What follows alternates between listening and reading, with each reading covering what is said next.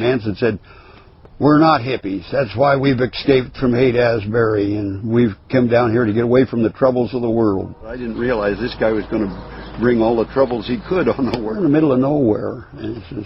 And he came up and introduced themselves, and one fellow said he was Charles Manson. That didn't mean anything to me. We fed them, and they'd heard that we had a gold mine, and they wanted to work at the gold mine. Just down the road from here is the infamous Barker Ranch, but right now we're standing at the old Lotus Mine from 1969. This was also one of the haunting grounds of the Manson family, where they'd camp and search for what they believed was the bottomless pit. Today we're stepping into that very black hole they once explored. This is the same eerie spot Tex Watson wrote about in his book, and as we venture inside, you'll see why Manson thought, and some would say, these desert holes seem to plunge into the center of the earth. When we got back that night, camp had been moved again. Now Charlie had a base set up for himself and a few others behind the entrance to the Lotus Mine shaft in the wash. He'd been out all day chasing two of the girls who had run away, and he was wired, throwing out energy. We all dropped acid, and just before it started to come on, Charlie pulled out his knife slowly, turning it in the firelight. You know the rest. Even though I was willing to die for Charlie, I was getting tired of breaking my back for him. It seemed every day there was less of a chance of finding the pit.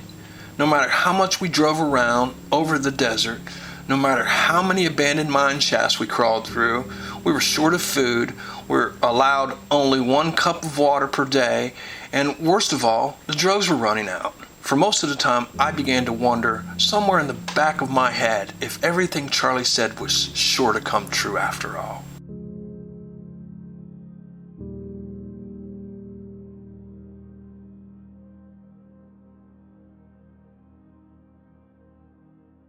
Been going to college, and he talks well of his family, and I was totally deceived. I had a pistol in my backpack, and I stayed upwind of him. We're about to delve into a truly chilling part of history. Tex Watson mentioned in his book that Barker Ranch, just down the wash from here, was home to bats, a sign that the bottomless pit was near. Now we're going to step inside the desert hole where the Manson family once believed they were on the brink of discovering that very pit. As we make our way inside, brace yourselves. It's incredibly dark in here, and the air gets thinner the further you go. Back in the day, they installed pipes to pump in fresh air and vents to vent out the gases, but none of that is operational now. Watch your step. It's so pitch black that you'll find yourself bumping into things and tripping over debris. I can't emphasize enough how disorienting this is. Walking through here, the thought that keeps racing through my mind was the fear of stumbling into that very hole that might lead into this so-called bottomless pit. Imagine navigating to complete darkness with no flashlight. The photos you see here were taken with brief flashes from my camera, the only way I could see what was ahead. If any of you are claustrophobic, this might not be the place for you. I'd be the worst witness for the prosecution because I couldn't say anything bad about these. We had a phone on the kitchen wall, and he was all excited. He was going to be a big movie star, and he thought that Doris Day's boy Terry Melchner was going to make him a big star. He was going to tour Europe, and he was excited and talked to the rest of them about it. And that's the house that the Tate murder took place in. And Terry thinks that they were intending to murder him. Hackles on the back of my neck will go up a little bit. Maybe they were going to kill us all. I don't know. They could have. Carl and I were on our own out there. This is as close to it gets to stepping into the past, into the shadows, one of the most infamous cults in history, looking for the bottomless pit in the desert. What a fascinating tidbit to add to the Helter Skelter history. A miner mentioning that Manson used his phone to call Los Angeles and spoke with music producer Terry Melcher. Must have been back around 1968 or early 1969 because the Manson family frequented this place all the time. And it's likely that Manson was trying to arrange a meeting with Melcher right here in Death Valley.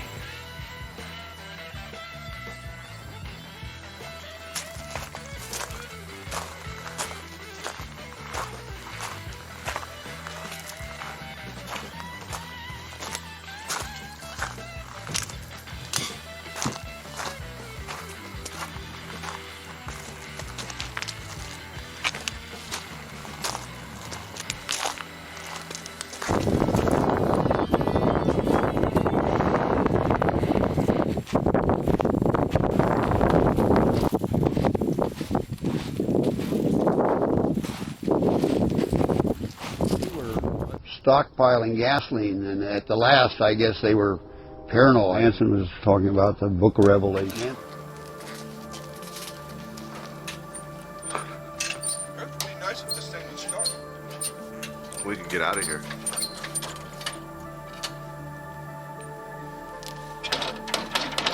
Oh, I got some clothes.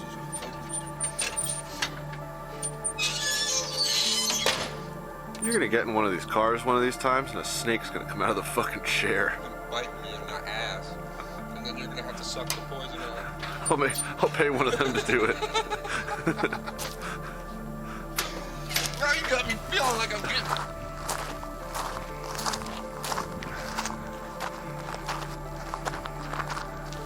Good thing I crumbled up all the bones in my hands.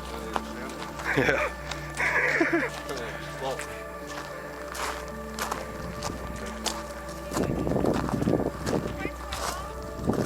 Huh? No.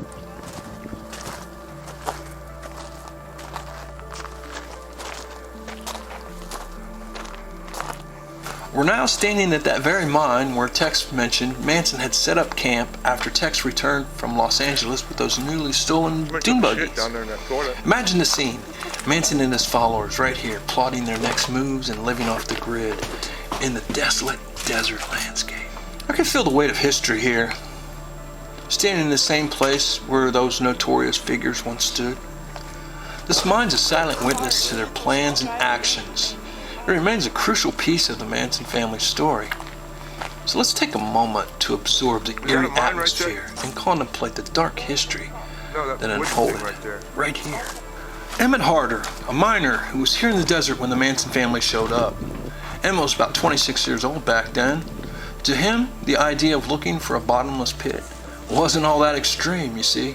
Emmett had his own quest searching for a long-lost Mormon gold mine known as King Tut's Cavern. This place was once rich with gold, mined by the Mormons until they were called back to Utah.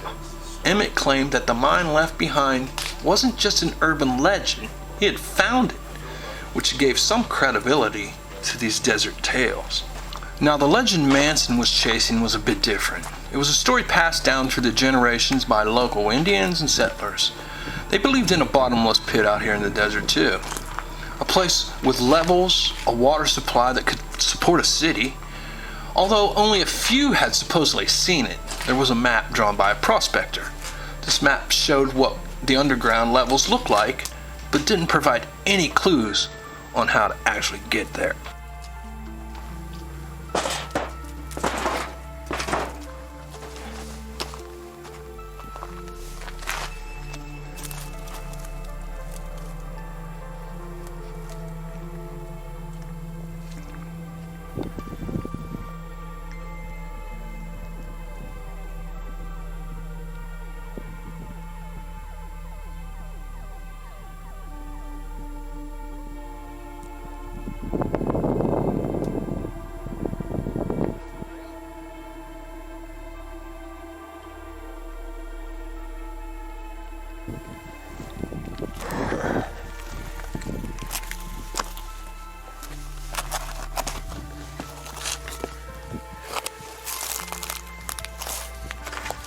Manson wasn't, to Carl and I, wasn't very impressive. Of course, there was some pretty good need to have hot cakes with him. It was before the murders. It was cold, and they had a fire in a little stove, and the girls were cooking hot cakes and rolling them up, and they had a communal platter with syrup in it. A swimming pool that's still there, bleak and dry now and that, but they were all in there, these girls naked, and they were jumping up, and I said, That's a pole?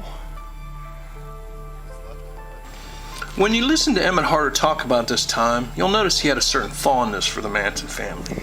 He did know Cappy's grandfather and hoped to convince her to go back home. Emmett often reminisced about the naked girls running around the gold mines and washes here in Death Valley.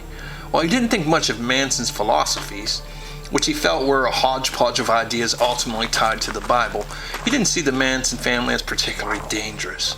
However, he did find Tex a bit odd. Tex was a college dropout from a good family.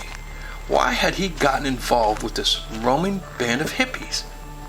One interesting thing Emmett noted was that the kids in the Manson family only ever called him Charlie. not Jesus as the police and the media often portrayed. This is the very mine you've read about, where the Manson family searched for that elusive, bottomless pit. Filming it 41 years later, the site has turned into a ghost town. It's like an amusement park for desert travelers, with many attractions perfect for taking some great photos. So as we explore, I imagine the past blending with the present and the area lore of the stories that brought us here. So as I take my time and snap some pictures and let the haunting history of the Lotus Mine sink in, I'd like to take this moment to give you some crucial advice. If you're planning your own sort of Manson family vacation out here in the desert, it's imperative to come with a group of people. Never venture alone. The desert is an unforgiving place, and you'll need to ensure you have plenty of water you might need, because out here, there is none. Additionally, be prepared with a full kit of medical supplies, bandages, splints, blankets, sprays, salves, ointments, aspirins, and a complete first aid kit. There's no access to medical help out here, so being prepared is vital.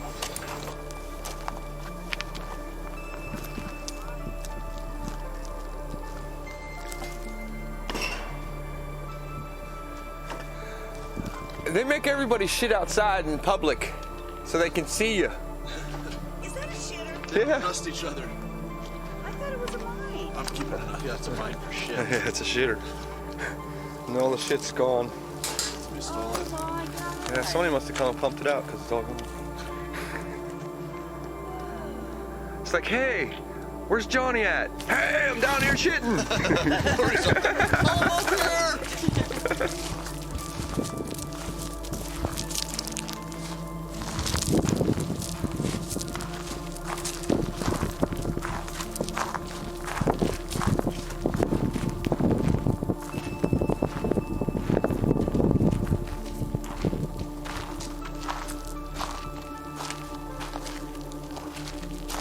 Well, we were saying, that rock up there? That gray one?